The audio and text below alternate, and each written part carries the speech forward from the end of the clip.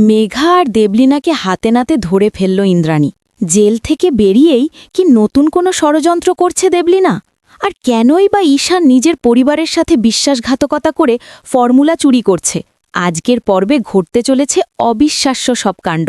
পুরোটা জানতে ভিডিওটি শেষ পর্যন্ত দেখুন। গল্পের শুরুতেই দেখা যায় ইন্দ্রাণী কুসুমকে তার ঘরে ডেকে পাঠায়। সে কুসুমের কাছে জানতে চায় কুসুম কি সত্যিই মেঘাকে বলেছিল যে সে আর ব্র্যান্ড অ্যাম্বাসেডর থাকতে চায় না। কুসুম অবাক হয়ে সরাসরি না বলে দেয়। ইন্দ্রাণী তখন বুঝতে পারে মেঘা তাকে বড় কোনো মিথ্যে বলেছে, কিন্তু সে এখনই সবটা কুসুমকে জানায় না। অন্যদিকে সদাইকে চমকে দিয়ে জেল থেকে ছাড়া পেয়ে মেঘার সামনে হাজির হয় দেবলীনা। মেঘা অবাক হয়ে জানতে চায় সে কিভাবে বেরোলো। দেবলীনা দম্ভের সাথে বলে তাকে আটকে রাখার মতো জেল এখনও তৈরি হয়নি। দেবলীনা আরও খুশি হয় এটা জেনে যে মেঘা ব্র্যান্ড অ্যাম্বাসেডর হওয়ার পর থেকে গ্যাঙ্গুলি গ্রুপের বিক্রি কমে গেছে।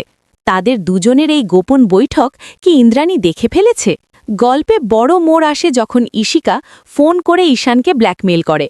ব্ল্যাকমেইলারের হাত থেকে বাঁচতে আর মায়ের সম্মান রক্ষা করতে ঈশান বাধ্য হয় আয়ুষের ঘর থেকে ব্যবসার গোপন ফর্মুলা চুরি করতে।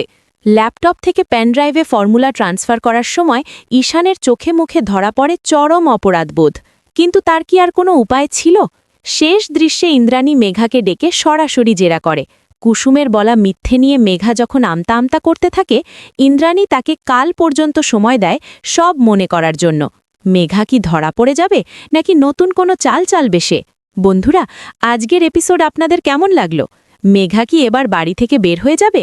কমেন্ট করে জানান। আর পরবর্তী আপডেট পেতে আমাদের সাথেই থাকুন। ধন্যবাদ।